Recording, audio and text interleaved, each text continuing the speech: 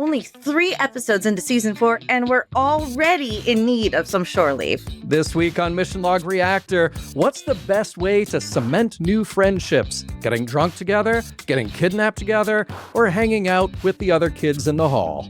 That's the one I would choose. This reaction will be televised.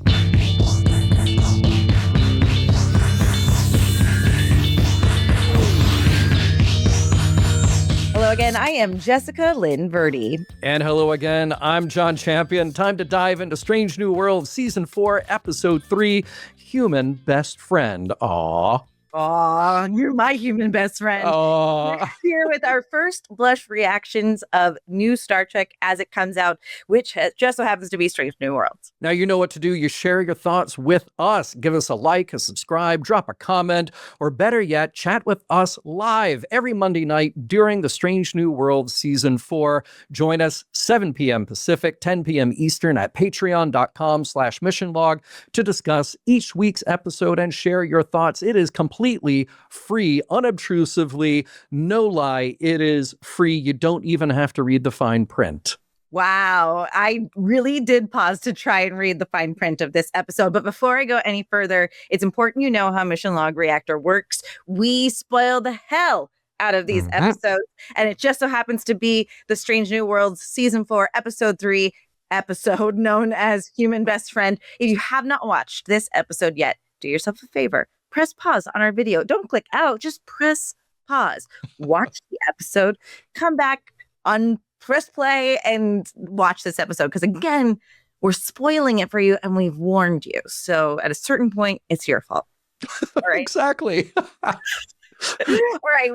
This is your final spoiler warning. And we're going into the recap in 3, 2. All right, let's tease it. The Enterprise is on the way to the Roddexian system for peace negotiations in a couple of weeks. But in the meantime, the captain agrees that the crew could use some well-earned shore leave. Fortunately, they're passing by the Cesnar Grand, a resort planet run by a straight-up little weirdo named Dendru, whose personalized atmosphere turns out to be highly intoxicating. Ortegas and Scotty are still at odds, but as soon as the gas kicks in, the whole crew gets loopy and apparently parties very hard for days, leaving Ortegas' arm in a cast. And look, they're just lucid enough for Dendru to show up with a very important letter that absolutely positively must be delivered to Captain Pike. What's up with the feet in this show? Even in Starfleet Academy, we saw Nala's feet all the time. Last episode, we saw T'Pring's feet, and now we just had to see Dave Foley's version of feet here. The weird little like claw, the two-toe claw thing. They're like hooves. They're like what you would. They're like pig hooves. What you would take out of the sheath of a hoof. Oh God, you just made it worse. I know. I'm so sorry. What is wrong with you? God. Yeah. Look, it is. Yeah, it's strange. I feel like there's some shared DNA between Academy and Strange New Worlds, like the Mugatu costume. Great. 1,000,000%. Yeah. Yeah.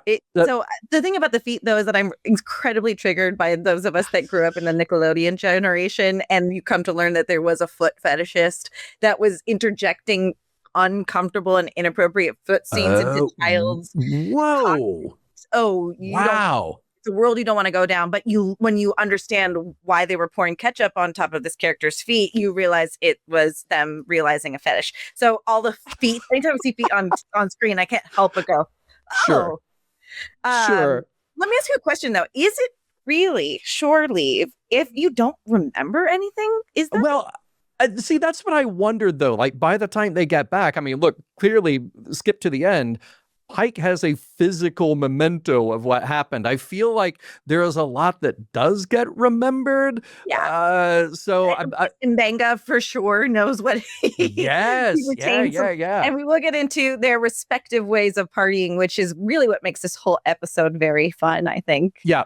Yeah. Look, I love the whole resort planet idea. I love Dave Foley's introduction because the whole, hey, I didn't see you there. That is just one of my favorite dumb things ever when it happens. And I love to throw that into a show when I can.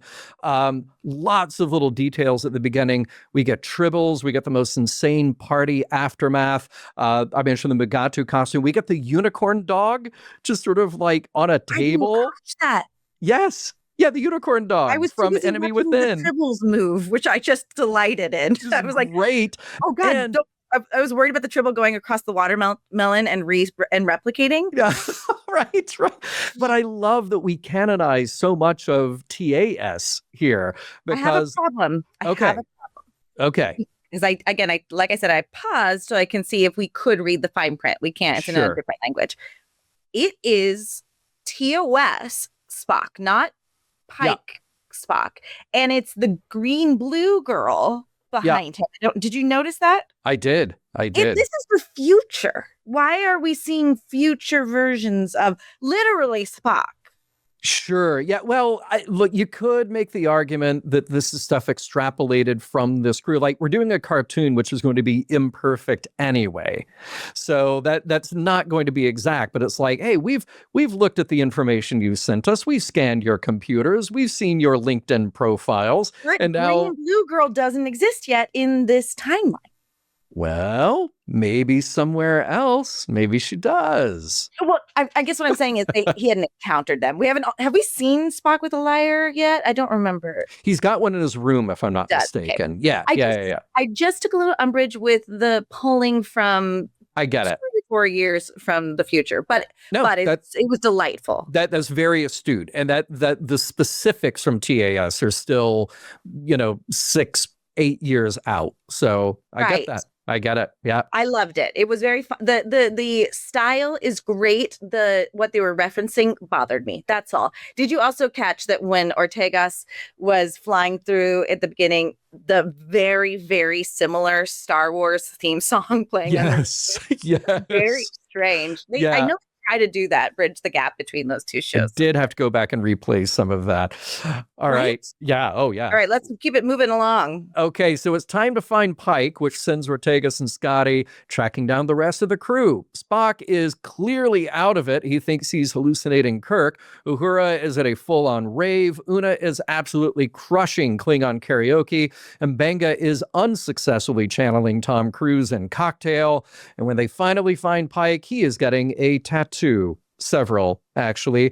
The message: the Rodaxians are coming to them right now in 2 hours. Everyone is thoroughly blasted, but Ortegas and Scotty are tasked with finding the shuttle, which is now missing. I do love that that Dave Foley's character explains that like she's holding on to so much anger that it wore off her intoxication because she is. Which, by the way, go back to TOS, This Side of Paradise. That anger is what snaps them out of the spore intoxication. So a little similar thing there. Yeah.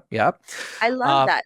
Spock being drunk is the funniest thing, and I gotta tell you, they're setting up Spurk really hot for me. Like, I don't think I picked up on love undertones. Maybe it was young for that reason when I was watching TOS for the first time. This is love, and when they hug, it's not human best friend. It's human lover, I think. It's nice. It's nice. And I do have some thoughts, of course, when we get to the end about what exactly they're doing with the Kirk-Spock relationship. But inebriated, out of his mind Spock, that is my favorite Spock. Just his deadpan, as you can see, I'm quite inebriated. Absolutely hilarious. Up is so funny. Like that. Like it's so great. The implication of them playing chess for days is so great too. Yes, so good. I love Scotty say like, I have a tattoo on my. Nope, stop. Yeah, and that same exact scene. That's when we get the idea. We get to see what Uhura's doing for her journey, right? And she is like full on rave master.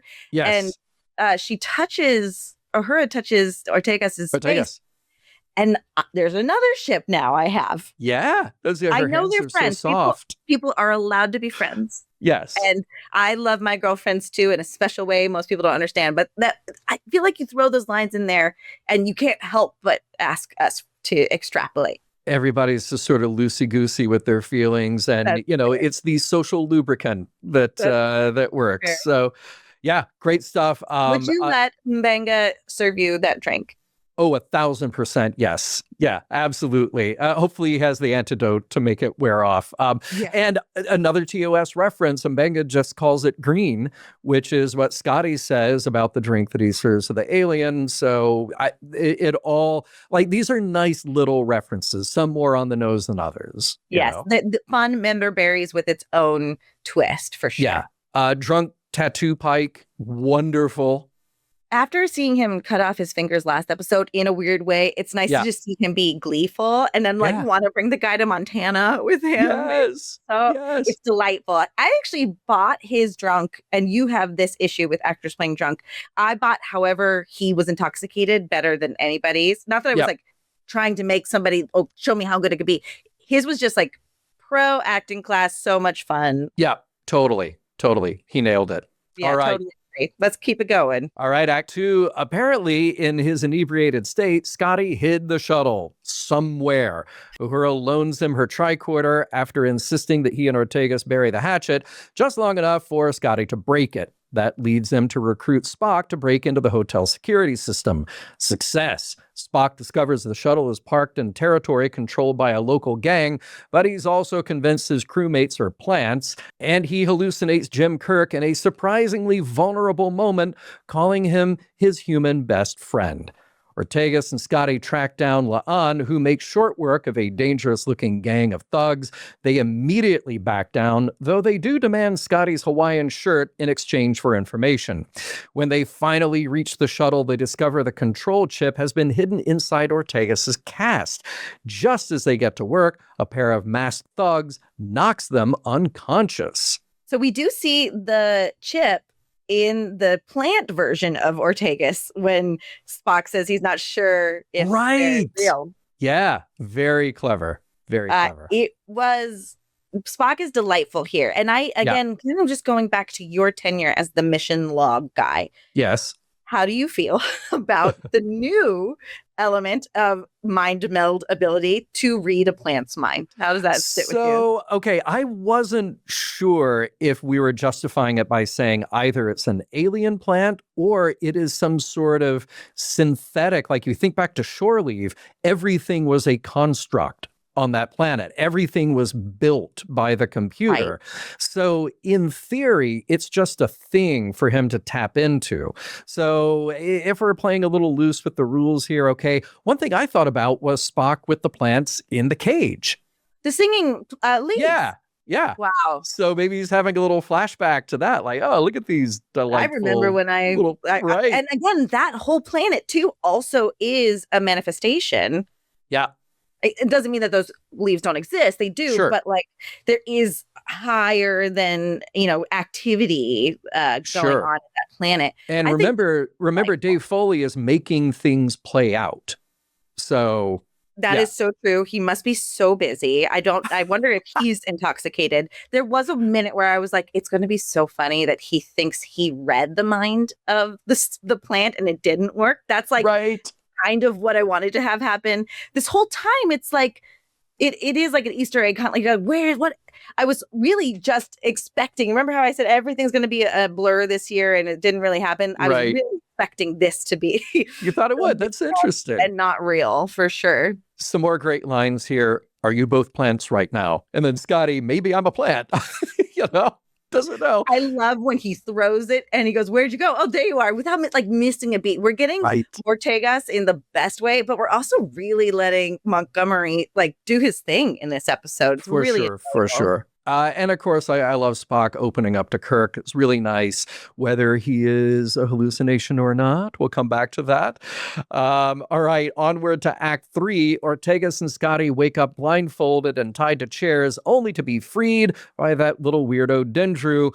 Turns out the whole thing, the kidnapping, the letter, all of it was part of the resort experience. Dendru realized these two needed a common purpose to force them to work together. As they prepare to retrieve the shuttle, Dendru suggests they also go rescue Chapel, who's gone completely feral in the bingo room. Enter La'an, who promptly turns the whole thing into an all-out brawl. But the vacation is over. Everyone returns to the Enterprise, hungover and more than a little ashamed. Pike is sporting brand new face tattoos just in time to greet the very formal Redaxian delegation. Meanwhile, Ortegas and Scotty get back to repairing the shuttle, sharing a little more personal history that finally brings them closer together. Oh, and they discover a bomb that we later learn is planted aboard by a Rodaxian militant intent on sabotaging the peace talks, or sabotage, depending on how you say it. Sabotaging it. Sabotage. Yeah. So.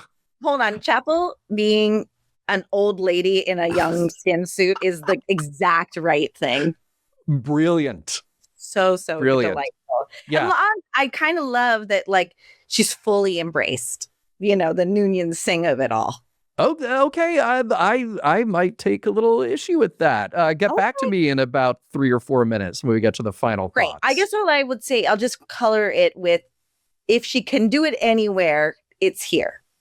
Yeah. Oh, yeah. Totally. No, I get that. Yeah. I love Dave Foley as Dendru imitating Scotty, but then the phrase he uses when we had big up high fives about it, about the plan, It's so good. We had big up high fives. It was so cute. I do think we criminally underused Dave Foley. I love that because we're recording this in Canada, we get this guy. Do you know what I mean? Yes. Absolutely. You couldn't, like, he could have been a bad, I don't know. I guess you can't do a short lead with him being the bad guy. I really feel like this whole planet is a security risk regardless. Yeah. But I just needed like 10% more of him. Yeah. Oh, look, any further episodes, bring us a Mark McKenney back to Star Trek. Give us a Bruce McCullough. I'm down. Yeah.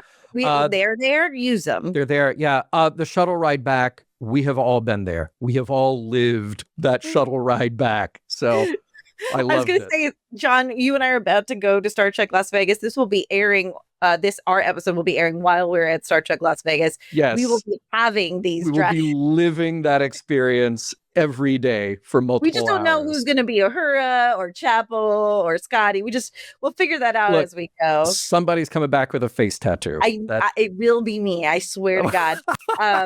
For a brief, there is something like that. I'm sure it touched everybody's heart. I don't know if you remember, there was like the line about grief from the Marvel movie years ago that was talking about how it's an ocean and like it impacted everybody. This impacted me that way when Scotty says, our hearts are infinite. We should make use of that space. Yes. So good. All right, let's wrap it up here with Act 4. Pike somehow pulls himself together long enough to begin the negotiations while Ortegas races to get word back to him about the bomb. Spock intercepts the message and together with Ortegas and Scotty devise a plan, detonate the bomb in the shuttle, then beam Ortegas and Scotty to safety at the last possible instant. Perfect timing. Not only are they safe, but the explosion is interpreted by the Redaxians as a spectacular fireworks display. The crew is still nursing one epic hangover, but peace is back on track. And Spock's hallucination, turns out Jim Kirk was there all along. And after unintentionally baring his soul to his imaginary best friend, there's really only one thing left to do. Time to hug it out. The end. I love that. I think that losing the finger is a nod to the original Scotty. Yeah, to James Doohan, for sure. I picked that up too, and it was grotesque. Of course, of course. And it's not the right finger. It's like, I believe it was his thumb in the show, and Jimmy's was, I think, his forefinger, middle finger. Yeah, that's right. And he covers it so many times in the like. I first noticed it when he's like hugging the green, I think. Yes, right. But I just thought that was really really, listen, it's okay. You just tell me how you feel, because I have so many thoughts. Okay, I love Spock using reverse human logic to get from avocado to bomb. Just of course, like drunk logic and I was human trying to logic. think, like, what would you call a telephone in that world? Because they don't have telephones. So, like, the Oh, game sure. telephone, is it Yeah. like transmission, or like, what's that Oh, game? communicator game or Yes, I want our yeah. audience to name that for us, please. Yes. Like if you're playing telephone in 200 years, what are you playing? I'd like to I know. love that. I love that. I also love the complete subversion of the idea of somebody from the past sending the message to their future selves, because here it totally fails and they're so earnest about it, and it just doesn't. Like any other TV show or movie that would work. And here they're just like, yeah, we're dumb. Why would they have ever looked like it? There wasn't a note that, by the way, they're drunk when they left this note for themselves. There's not a note like, play me, you know? Yeah. I just thought it was like also kind of ridiculous that the bomb exploded like fireworks. That was very convenient, but I'm glad that it solved the diplomatic talks. We did need like a Deus Ex Machina in that way. Yeah. Oh, totally. One thing I was missing, this is, again, maybe my overall criticism or critique of the series this season, when Kirk turns out to be real and they're working out how to beam them out on time, Spock just like gives Jim the answer as opposed to going, how will we do it? And it's a little bit more Star Trek-y to let us see the process, even if we don't understand the science. Yeah, no, that's a good point. I want them to bring us in just a little bit more on them discovering the answer as opposed to knowing it. I like that. I like that a lot. Kirk slapping Spock. Okay, first of all, like slapping is never right, but shades of the original series, The Naked Time. And I thought Kirk's reaction to doing it was perfect as well. That was a nice moment for Paul Wesley. That was the most Kirk I've ever seen him. Yeah, it truly was. Yeah, it was a good moment. And then Pike still hung over. You guys bring it in for the negotiating hug. Beautiful. I love that he had the speech tattooed on his fingers. Yes. Also, the credit sequence. Stick around, because Una, I've got things to say about Una in my wrap up here. Do you think it's her actual voice? It sure sounded like. Oh, you know what? I think so, because I think this show probably does not mess around when it comes, or the actors don't mess around when it comes to a challenge. Like, I guess hey, I just do don't this know thing. Rebecca Romaine to be a singer, but I mean, obviously, but yeah, it was wonderful, and I love that it's a Klingon ballad. Yes, so good, so good. Standout moment for you? Oh, I just loved watching everyone be drunk in their own respective ways. Everybody has a moment. They really and it all made sense. It was fun, right? Yeah. And plants. I guess maybe just the plants. That's just so dumb. And we just needed it a little bit. It was enjoyable. It really kind of just lets the air out. And I think Drunk Spock is probably my favorite from this episode. He's just what a mess. What a mess. Really? You can't trust that guy in an emergency. What about what's coming up? What are you looking forward to? I am not looking forward to, but I'm afraid that Ortegas is going to bite it big. And I think it's not going to happen this season. I think it's going to happen next season. Whoa. But I have this imminent feeling of people that don't carry on to the Enterprise having to leave us in some grandiose way besides Pike. We already know that, right? Yeah. Let's put it this way. I have a hard time believing that Montgomery is friends with Ortegas and we never see her again, even though we can't retcon all that. So sure, I have a feeling this relationship blossoms. I'm looking forward to that, or at least they learn how to work together.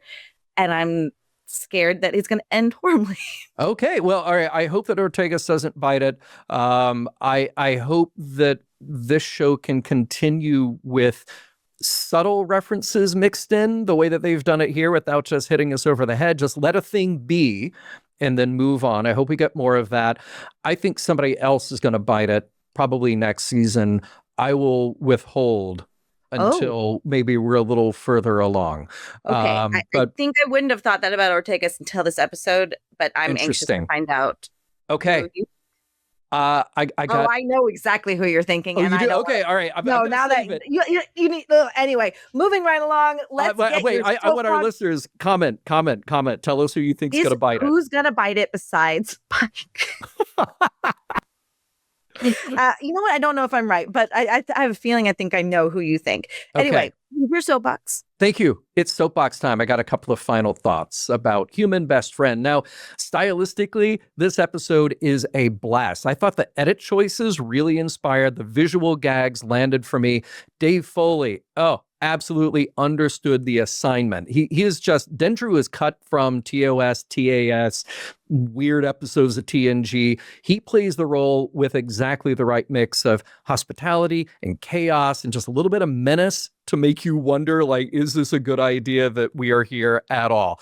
I also love how this episode is very terrestrial.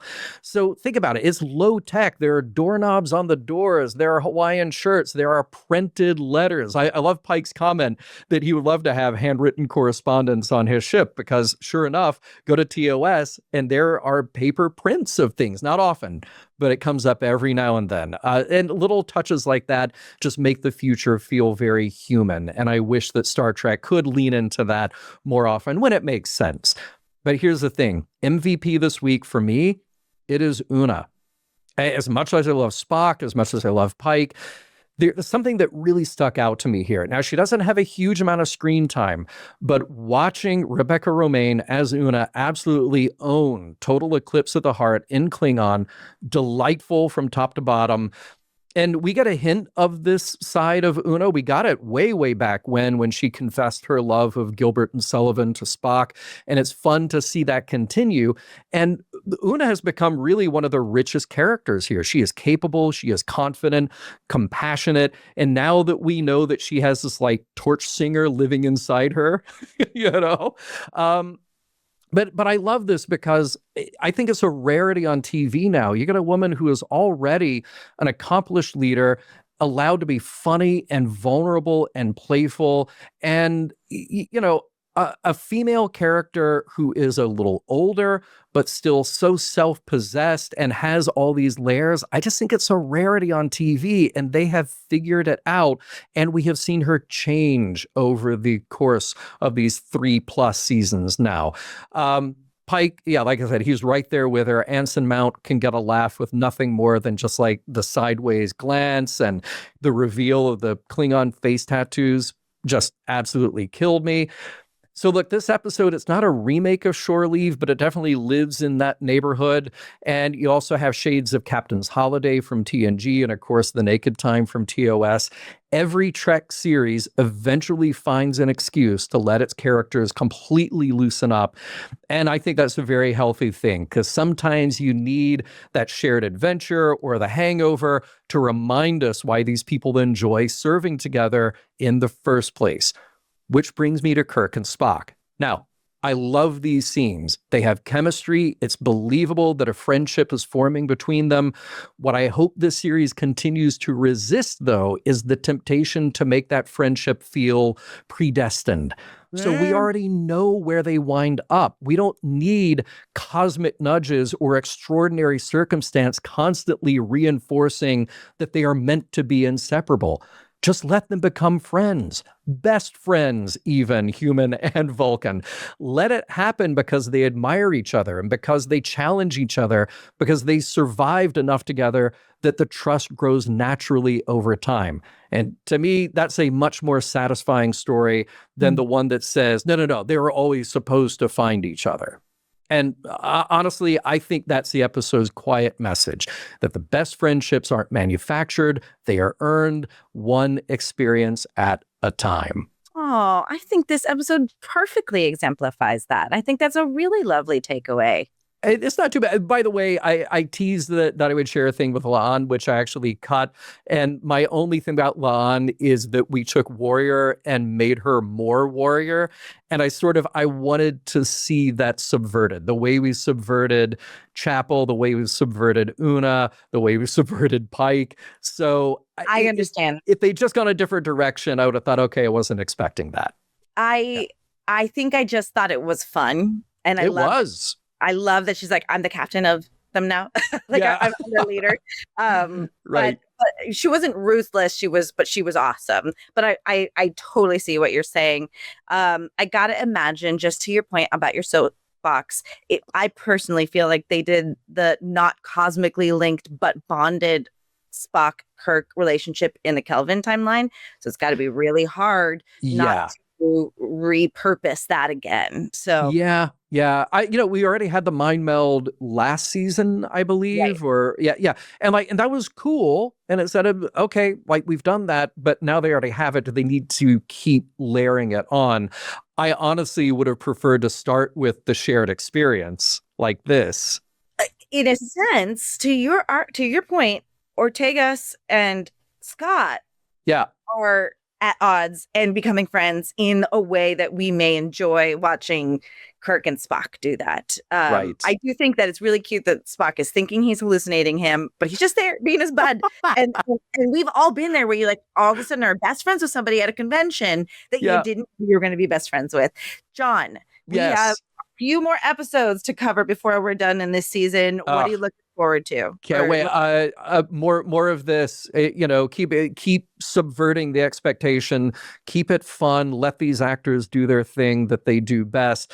Don't hit us over the head with all the references. But this was just fun. And here's the thing. When I first watched it, I slipped into playing the home game. Like, oh, they're doing shore leave. Oh, they're doing this. Don't do that. Don't do as I say, not as I do.